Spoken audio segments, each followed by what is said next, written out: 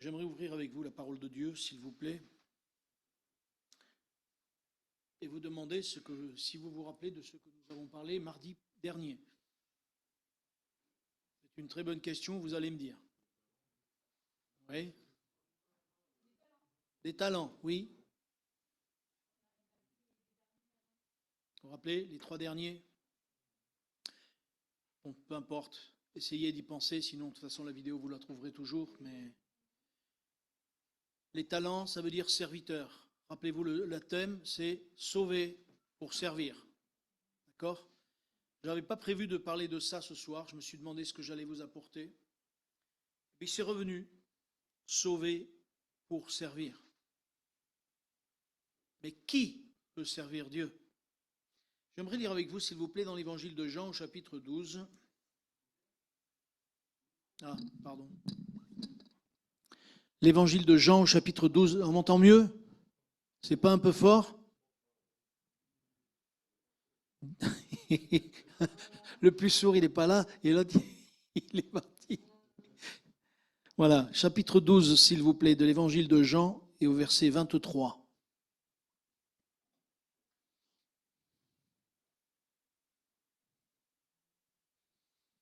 L'évangile de Jean, chapitre 12, verset 23. Il est écrit ceci. Jésus leur répondit, « L'heure est venue où le Fils de l'homme doit être glorifié. En vérité, je vous le dis, écoutez bien ce verset quand même, c'est important. Si le grain de blé qui est tombé en terre ne meurt, il reste seul. Mais s'il meurt, il porte beaucoup de fruits. Celui qui aime sa vie la perdra, et celui qui hait sa vie dans ce monde la conservera pour la vie éternelle. Si quelqu'un me sert, qu'il me suive, et là où je suis, là aussi sera mon serviteur. Si quelqu'un me sert, le Père l'honorera. Amen. On a à la fois dans ce passage tout ce qui représente à la fois la souffrance du serviteur qui est Jésus, parce qu'il dit celui qui me suit. Mais comment suivre Jésus? Quand on pense que tout ce qu'il a vécu en difficulté, tout ce qu'il a vécu en rejet, tout ce qu'il a vécu dans sa vie terrestre, si on peut dire, en opposition, merci, en opposition, etc., on se rend compte que quand Jésus dit « si quelqu'un me suit », suivre Jésus, déjà, ce n'est pas simple, mais c'est ce qu'il nous demande. Et là, il dit « si quelqu'un me sert », avant c'était « si quelqu'un me suit », et là c'est « si quelqu'un me sert et qu'il me suive », et là où je suis, là aussi sera mon serviteur. Il est où le Seigneur? À la droite du Père. Et si on le suit et si on le sert, on sera avec lui. C'est ce que le Seigneur dit. Si quelqu'un me sert, le Père l'honorera. Et dans mon thème « Sauver pour servir », qui peut servir Dieu?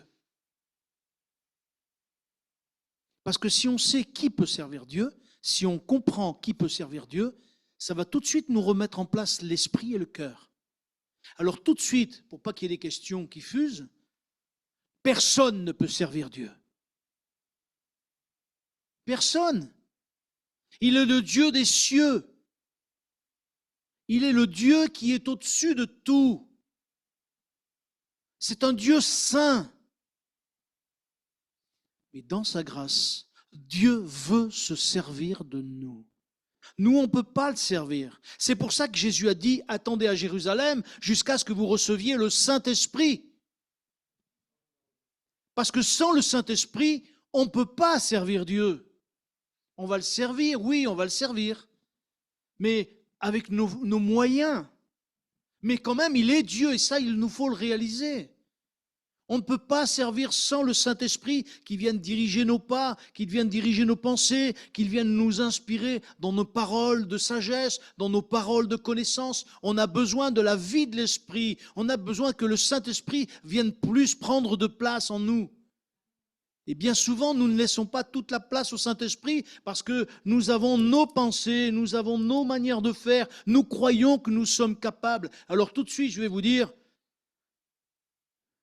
nous ne sommes pas capables de servir Dieu. Nous ne pouvons pas servir Dieu. Mais pourtant, Jésus dit, si quelqu'un me sert, ça veut dire que Dieu veut se servir de nous. Et si nous ne sommes pas capables, il faut tout de suite comprendre. Les capacités, elles ne viendront pas de nous.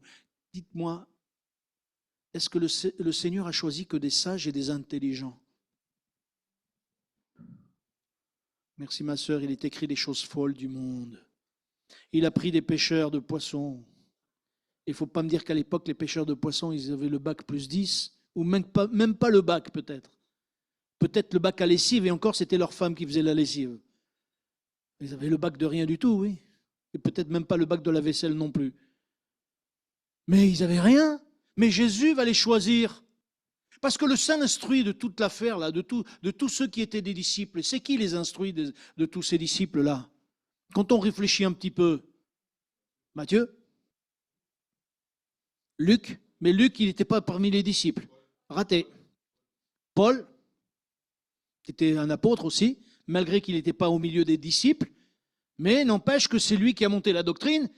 Les deux instruits. Les autres, pas sûr. Parce qu'on ne connaît pas trop leur vie aux autres. Peut-être un jour on décortiquera plus leur vie.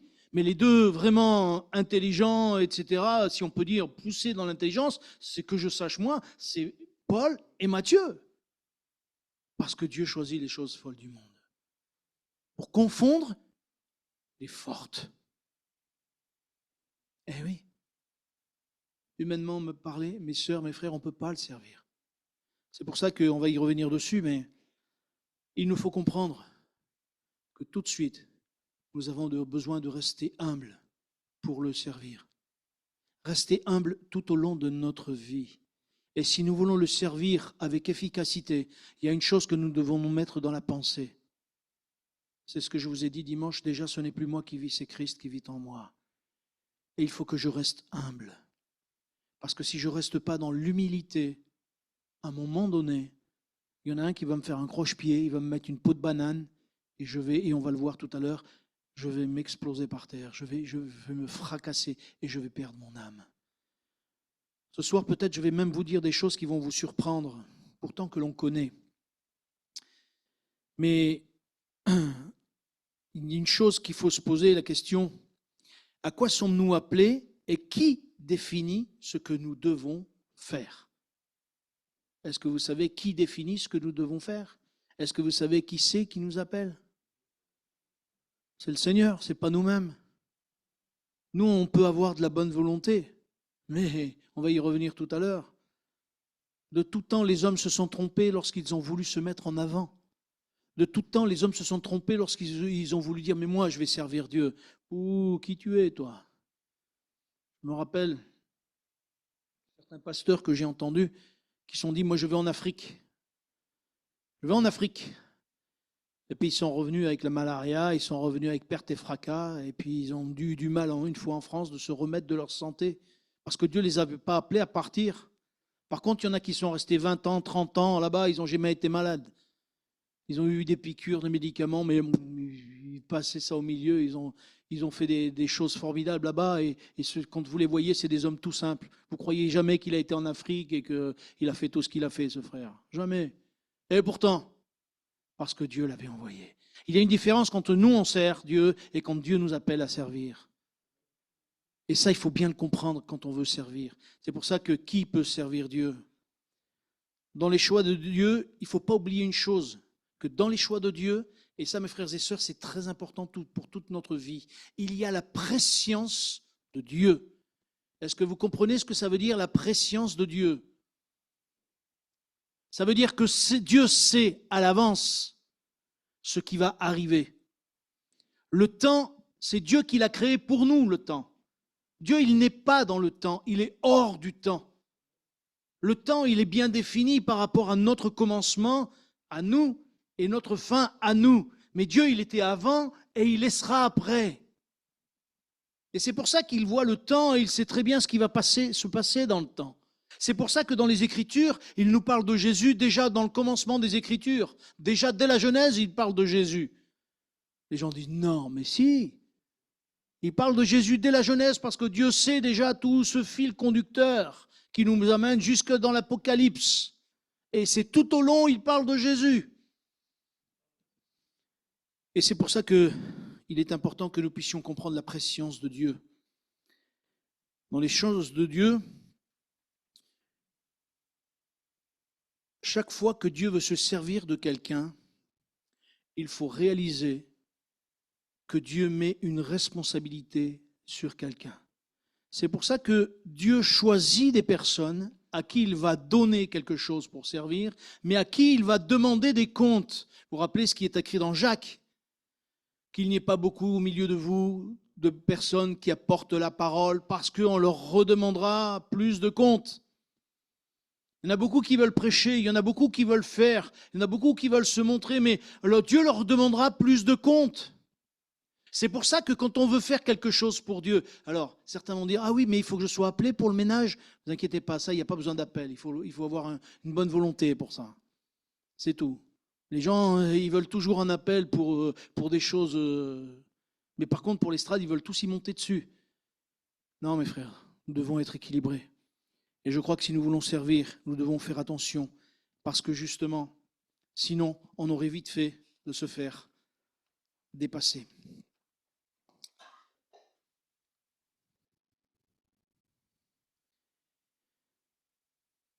Est-ce que vous savez qu'il y en a que Dieu appelle au service, et ça vous le savez, pour que justement l'œuvre de Dieu se fasse à salut. Mais il y en a qui sont appelés de Dieu dans le service, et dans le service, Dieu a préparé d'avance, et ils vont se perdre. Vous allez me dire, c'est pas possible, Dieu ne nous appelle pas à servir pour se perdre.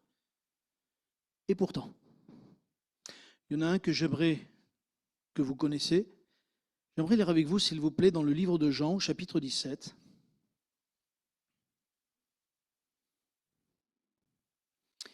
Et ce personnage, il en est parlé même dans l'Ancien Testament. Au chapitre 17 et au verset 12.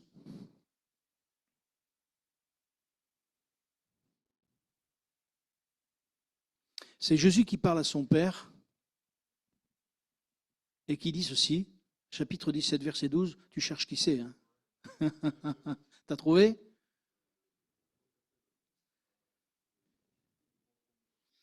Non, mais tu verras, c'est beaucoup plus simple que ça. Oui, on parle de lui déjà dans l'Ancien Testament, mais il est dans le Nouveau Testament. C'est Judas. Au verset 12, il est écrit, « Lorsque j'étais avec eux dans le monde, je les gardais en ton nom. J'ai gardé ce que tu m'as donné, et aucun ne s'est perdu, sinon le fils de perdition, afin que l'Écriture soit accomplie. » Dieu avait déjà prévu que Judas, qui allait servir le Seigneur, il était dans le plan de Dieu, mais qui allait se perdre. On va dire, mais c'est pas possible. Mais si.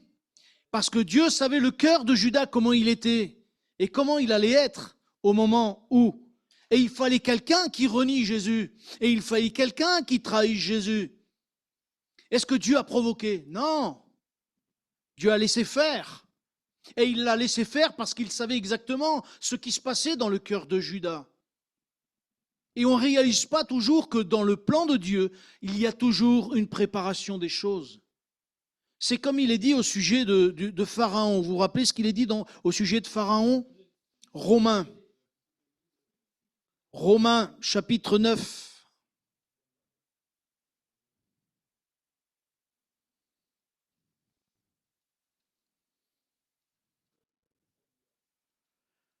Romains 9, verset 17.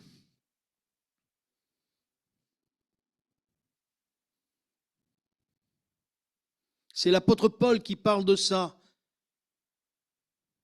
Car l'Écriture dit à Pharaon, « Je t'ai suscité à dessein pour montrer en toi ma puissance, et afin que mon nom soit publié par toute la terre. » Amen.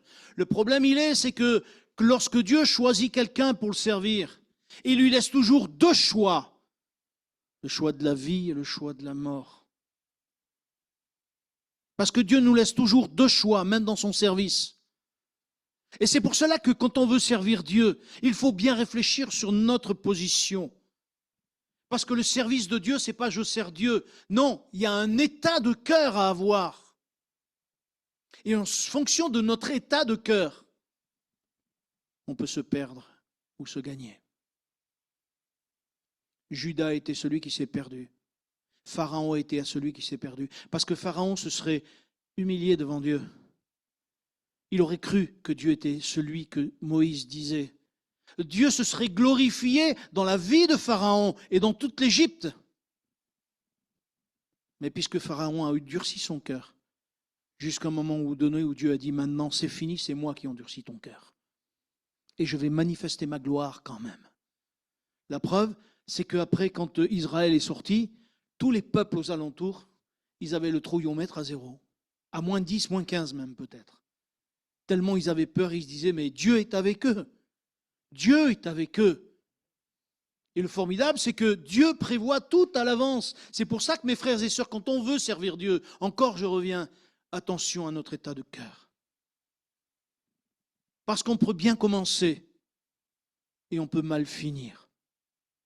Il y a eu Judas, mais il y a eu Saül aussi. Est-ce que Saül n'a pas été appelé de Dieu?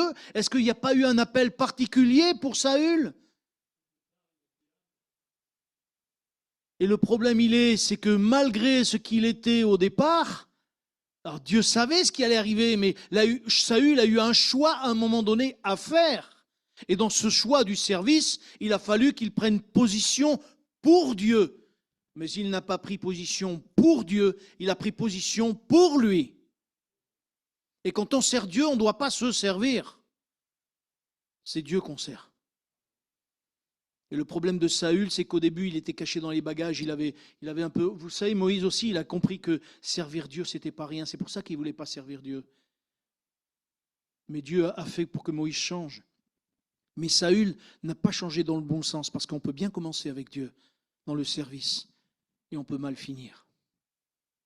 C'est bien de vouloir servir Dieu, mais attention à notre état de cœur, parce qu'en fonction de notre état de cœur, notre service peut devenir un service qui nous perd et non pas qui nous gagne. C'est pour ça que dans les Proverbes, il est dit « Garde ton cœur plus que toute autre chose, car de lui viennent les sources de la vie. » Nous avons vraiment besoin, mes frères et sœurs, quand on veut servir Dieu, on a vraiment besoin de voir notre état de cœur. Un autre exemple, on l'a cité dimanche, je ne vais pas le relire, je l'ai cité dimanche. Certains ont dit, Seigneur, on a prophétisé en ton nom, on a fait des miracles en ton nom. Le Seigneur dit, je ne vous ai jamais connu. Pourquoi ? Parce que l'état de cœur de ces personnes encore, c'était pour se servir elles-mêmes. Elles, soi-disant, elles servaient Dieu, mais elles se servaient elles-mêmes. Elles prophétisaient au nom de Dieu, c'est vrai, mais elles prophétisaient surtout pour être connues, pour être vues. Sinon, le Seigneur les aurait reconnues. Comme Jésus l'a dit, celui qui me sert, il sera avec moi. Mais il faut servir Dieu. Parce que la gloire, dites-moi, elle est à qui? À Dieu. La gloire, elle est à Jésus et à Dieu, par le Saint-Esprit. Et c'est ça pour cela que nous avons besoin d'être remplis du Saint-Esprit, afin qu'au travers du Saint-Esprit, nous puissions glorifier Dieu et que nous puissions faire l'œuvre que Dieu veut que nous fassions. Parce qu'il est si facile, mes frères et sœurs, lorsqu'on est à servir Dieu, quels que soient les services, pas dans le ménage, c'est vrai, bien que peut-être il y en a qui pourraient se glorifier de faire mieux le ménage que les autres, mais quand on sert Dieu et qu'on est en vue plus que les autres, on est plus en danger que les autres. On est plus en danger. Parce que si on ne veille pas sur notre cœur, eh bien mes frères et sœurs, on servira Dieu de la mauvaise manière. Et je crois que ça, il faut bien faire attention. C'est pour ça que David a dit ceci, mon œuvre est pour le roi. Et je crois que quand on sert, quel que soit le service, il faut que dans notre cœur et dans nos pensées, on associe mon œuvre est pour le roi. Parce que quand on veut servir Dieu et qu'on sait qu'on doit servir. Imaginez, vous servez Dieu, et puis du jour au lendemain, on vous dit, bon, ben, maintenant tu ne sers plus, tu retournes sur ta chaise. Quel effet? Moi, j'en ai appris des comme ça. Quand on leur a dit, non, maintenant, il faut que tu arrêtes un peu, ils ont pris, ils sont partis de l'église, ils ont dit, ouais, cette église, elle est nulle, et ils sont partis. C'est ça l'amour de Dieu? On sert Dieu par amour pour lui ou pour le service? On sert Dieu parce qu'on aime Dieu ou on sert Dieu parce qu'on veut se servir nous-mêmes? Et je crois qu'il est important de réaliser qu'on sert Dieu parce qu'on l'aime. On sert Dieu parce qu'on veut marcher pour lui. On sert Dieu parce qu'on veut rester dans l'humilité de Dieu et dans le secret de Dieu. Moïse n'est sorti que quand Dieu a voulu qu'il sorte. Moïse est apparu lorsque Dieu a décidé qu'il paraisse. Certains ont dit, mais pourquoi Jésus est venu si tard? Mais parce qu'il fallait qu'il vienne au moment où il fallait qu'il vienne. Et ça, mes frères et sœurs, si Dieu ne s'est pas encore servi de toi comme tu le penses ou comme tu le vois, je crois que ce qu'il faut, c'est que tu te places devant lui en disant, Seigneur, montre-moi ce que je dois faire. Montre-moi en quoi je dois le faire. Vous savez que même les anges, excusez-moi l'expression, mais ils ne bougent pas une oreille sans que Dieu l'ait décidé. Ils ne bougent pas un truc, ils ne font pas n'importe quoi. Si Dieu ne dit pas fais, ils ne font pas, ils attendent. Et nous, qu'est-ce qu'on fait, dites-moi? Nous, on fait d'abord, et après on dit, Seigneur, bénis-moi. Mes frères et sœurs, ce n'est pas comme ça que ça doit se passer. C'est, Seigneur, est-ce que tu veux que je fasse? Seigneur, est-ce que tu veux que je fasse ceci ou que je fasse cela? Et je crois que dans la mesure où nous allons vraiment faire ces choses-là, alors vraiment Dieu se glorifiera. Dieu vraiment agira et se manifestera. Tout à l'heure, je disais, il y a quelques règles à retenir par rapport à ça. Et voyez-vous, ce n'est pas d'aujourd'hui que les hommes ne font les choix que comme ils ont envie. J'aimerais dire avec vous, s'il vous plaît, dans le livre Osée. Vous connaissez le livre d'Osée?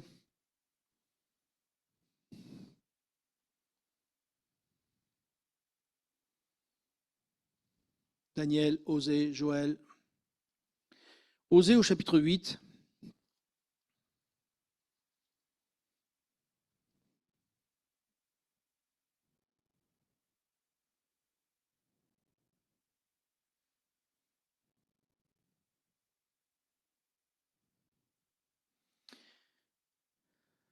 Dieu dit, verset 1, s'il vous plaît, « Embouche la trompette, l'ennemi fond comme un aigle sur la maison de l'Éternel, parce qu'ils ont violé mon alliance et ont transgressé ma loi.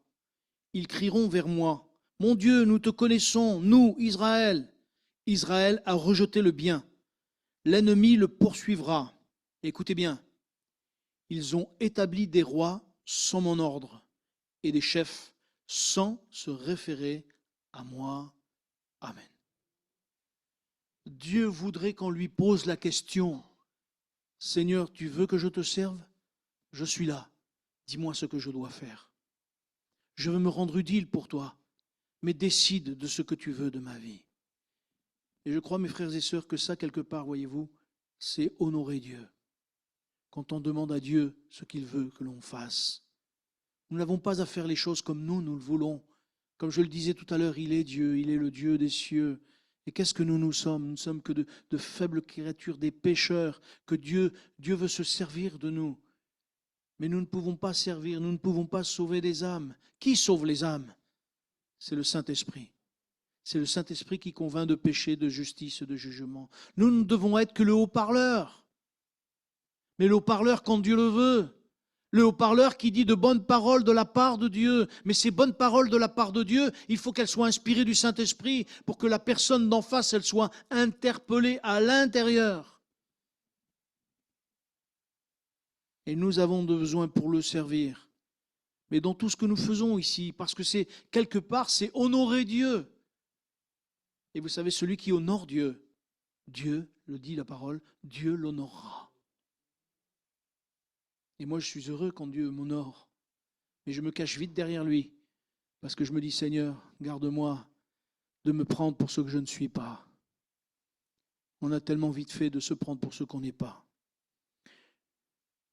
En Romains, alors certains pourraient dire, oui, mais alors je fais quoi? Qu'est-ce que je dois faire si...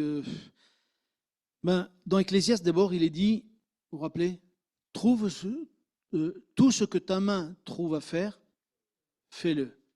Dans Ecclésiaste. Et dans Romains au chapitre 12, verset 16,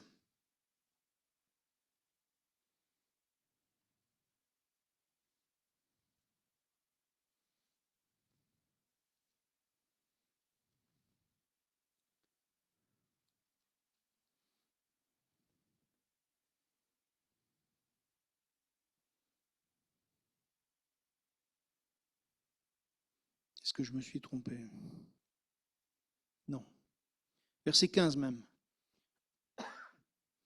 Il est écrit, réjouissez-vous avec ceux qui se réjouissent, pleurez avec ceux qui pleurent, ayez le même sentiment les uns envers les autres. N'aspirez pas à ce qui est élevé, mais laissez-vous attirer par ce qui est humble. Ne soyez point sages à vos propres yeux. Amen. Nous, on a toujours tendance à vouloir ce qui est élevé. Et moi, mes frères et mes sœurs, j'aimerais vous dire, le mieux, c'est quand c'est Dieu qui nous élève. David, il aurait pu être roi à la place de Saül bien avant qu'il n'a été roi. Il avait qu'à juste mettre un petit coup de couteau à Saül et tout le monde aurait dit bravo, bravo, bravo. Mais c'est lui qui se serait élevé. C'est lui qui aurait cherché les hauteurs. Mais ce n'est pas lui qui a voulu ça. Lui, il voulait faire d'abord, avant tout, la volonté de Dieu. Et il savait qu'il n'avait pas à toucher le serviteur de Dieu, même s'il était de tordu et de travers.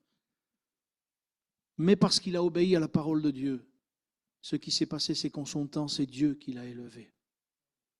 Et vous savez, quand Dieu élève quelqu'un, c'est mieux que quand la personne, elle s'élève elle-même. Le tout, souvent, c'est que nous avons besoin de dire, Seigneur, me voici. Et ça, c'est difficile. Parce que quand on dit me voici, ça veut dire qu'on ne fait plus ce qu'on veut de notre vie.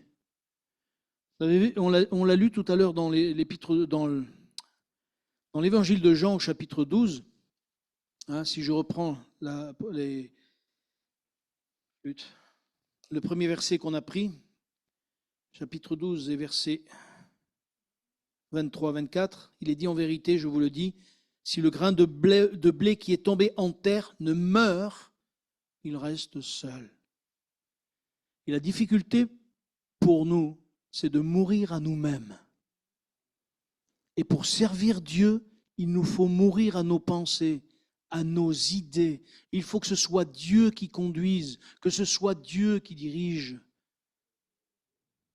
Pardon? Et oui, bien sûr, mon frère, c'est compris aussi notre volonté. Mais tout, il faut que ce soit Dieu qui dirige. Parce que sinon, on ne peut pas le servir. C'est pour ça que tout à l'heure, je disais, c'est impossible de servir Dieu. Mais c'est pour ça qu'il est dit, si le grain de blé qui est en terre ne meurt, quand est-ce qu'un grain de blé, il porte les épis? Quand est-ce qu'il y a l'épi qui plusieurs grains? C'est quand il meurt dans la terre. Et nous avons besoin de mourir à nous-mêmes, et je le disais déjà un peu dimanche, mais pour servir Dieu, il nous faut mourir à nous-mêmes. Parce qu'on a trop souvent, on veut trop diriger, trop conduire les choses, on croit qu'on fait mieux que Dieu. Non, ce n'est pas possible. Et un des critères, c'est d'abord que Dieu fasse le choix. Et la deuxième chose, c'est que réellement nous puissions vivre selon ce que Dieu veut en se détachant de nous-mêmes.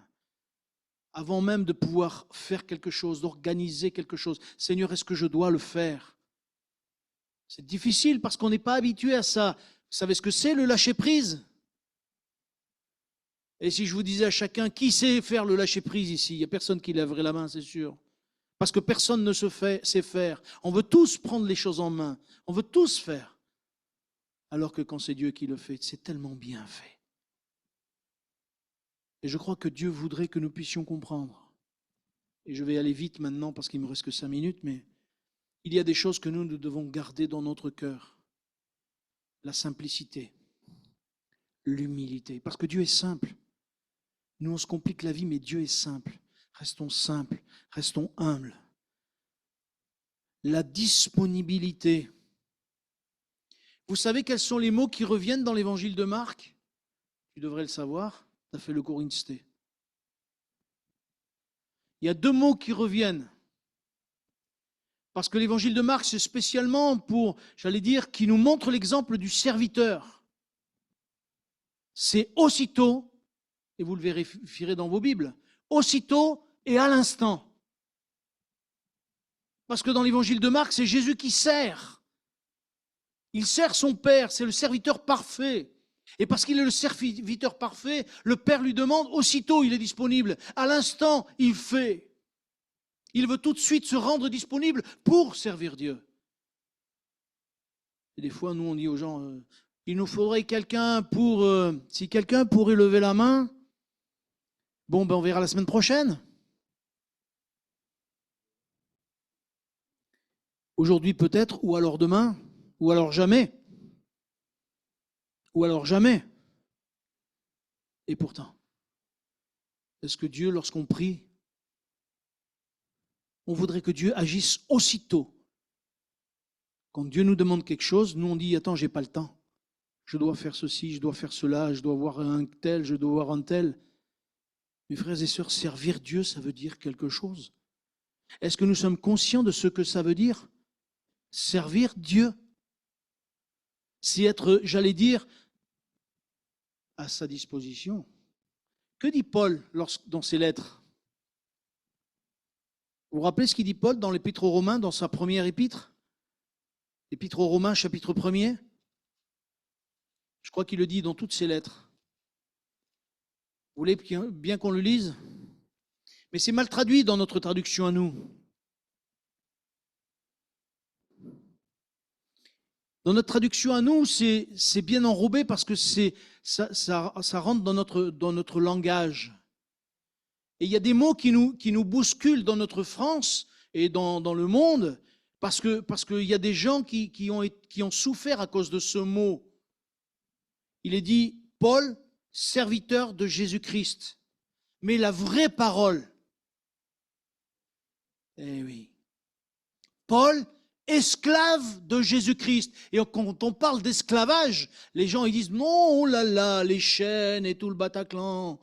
Mais pourtant, on parle bien. Paul dit esclave de Jésus-Christ. L'apôtre Pierre dit esclave de Jésus-Christ. Les autres apôtres disent esclave de Jésus-Christ. Vous voulez toujours servir Dieu? Vous voulez toujours servir Dieu?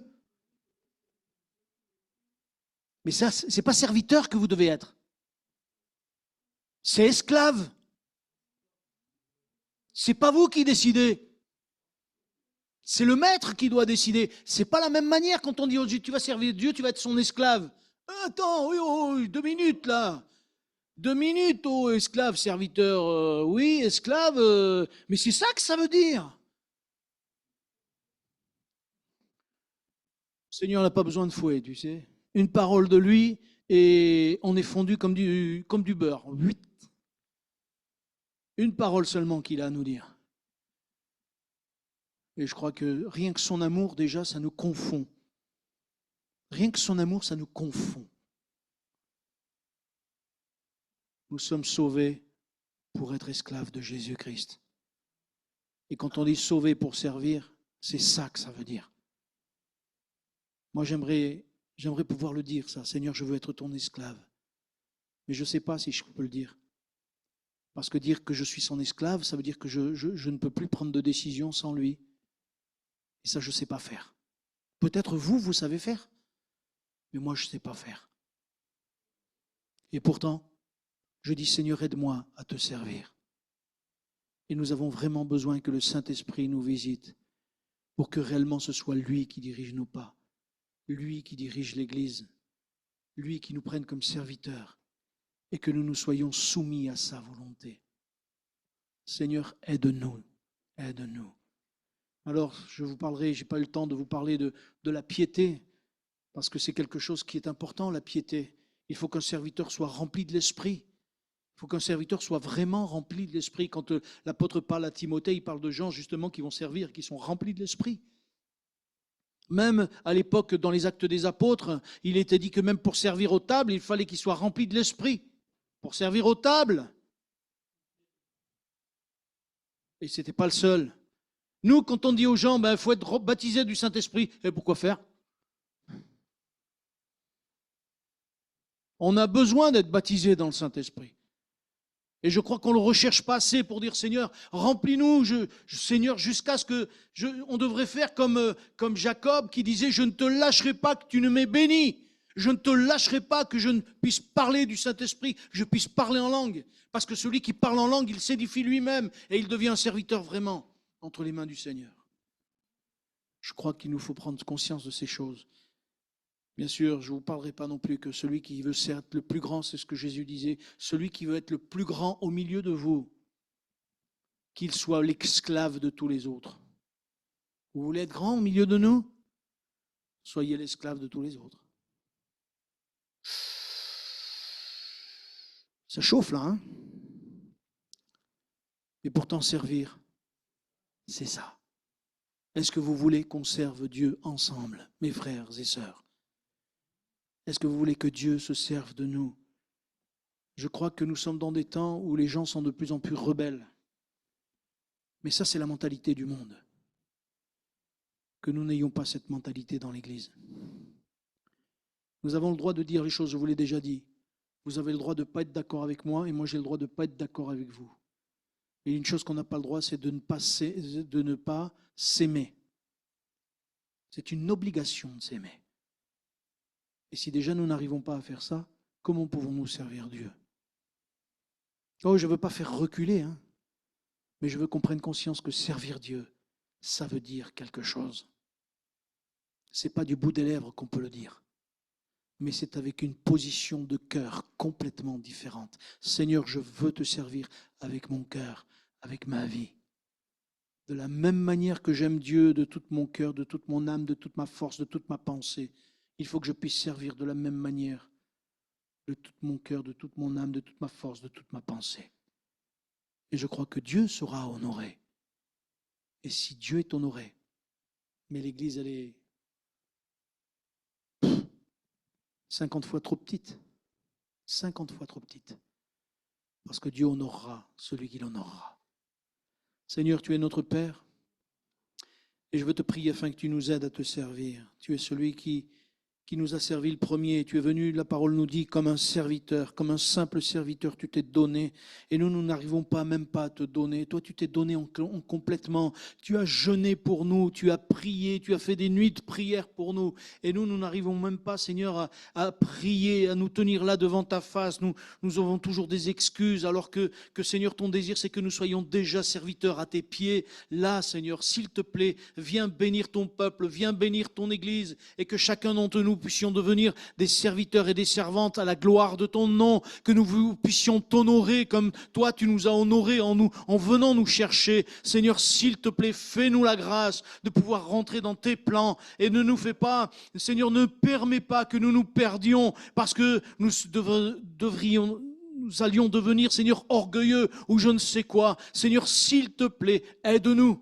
S'il te plaît, aide-nous à te servir. Tu bénis ton peuple, tu bénis l'église de Givors, tu bénis l'église de Vienne, tu bénis l'église de Saint-Chamond. Père, je te le demande dans le nom de Jésus. Amen. Seigneur, sois béni, rentrez bien.